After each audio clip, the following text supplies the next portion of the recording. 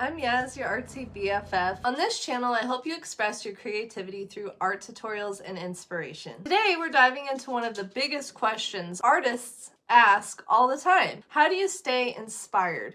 Where do ideas actually come from? In this video, I'm sharing exactly where I get my inspiration as an artist, from nature to music and some pretty random things I just happen to love. And most importantly, I'm going to show you how you can start noticing inspiration in your own life so you never feel stuck staring at a blank page again. So grab your sketchbook or just hang out with me for a bit and let's talk all about inspiration. Okay, first up, nature. Nature is one of the biggest sources of inspiration for me, especially when it comes to painting landscapes. There's just something about being outside, seeing how the light hits the trees or how the clouds shift in the sky that makes me want to pick up my brushes immediately. I've done so many plein air paintings where I've just gone out with some paint and a canvas and captured what I saw around me. One of my favorite pieces was this piece right here. I painted it sitting in front of a huge oak tree that's right in my backyard, and what I loved was how peaceful and grounding it felt to just slow down and observe. What I've learned is you don't have to travel somewhere exotic to be inspired by nature.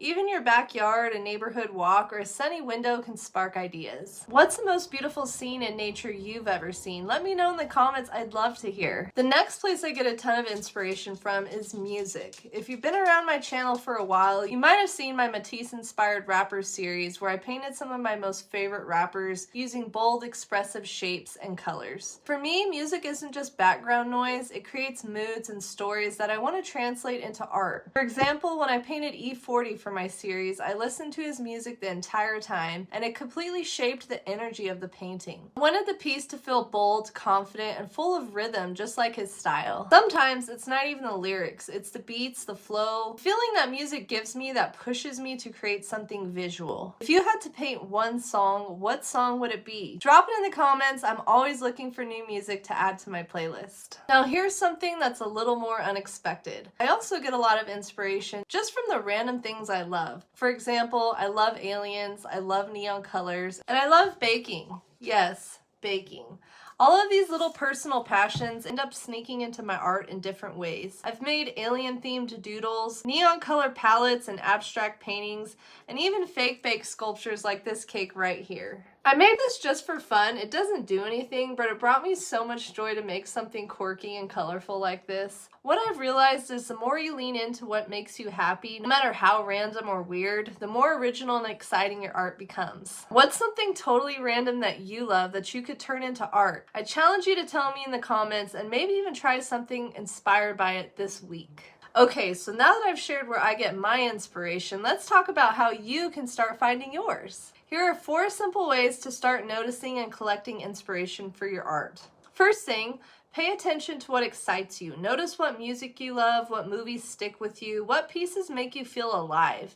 That's all fuel for your creativity. Number 2, keep an inspiration journal or Pinterest board. I have a sketchbook where I jot down ideas, paste pictures, or even just write random words that I like. You could do the same digitally with a Pinterest board or even a phone album. Number 3, go on artist dates. This is something I've learned from the artist's way. Take yourself out to places that fill your creative well. It could be a walk, a museum visit, or even sitting in a coffee shop sketching. Number 4, don't be afraid to combine random passions. That's where the best ideas come from, mixing things you wouldn't think go together like music and portraits or baking and sculpting. I hope this gives you ideas for finding your own spark. Remember, inspiration is everywhere once you start looking for what makes you light up. For more artist advice like this video, check out this playlist here. And if you haven't yet, please like and subscribe to support this channel. Thank you so much for watching and happy arting!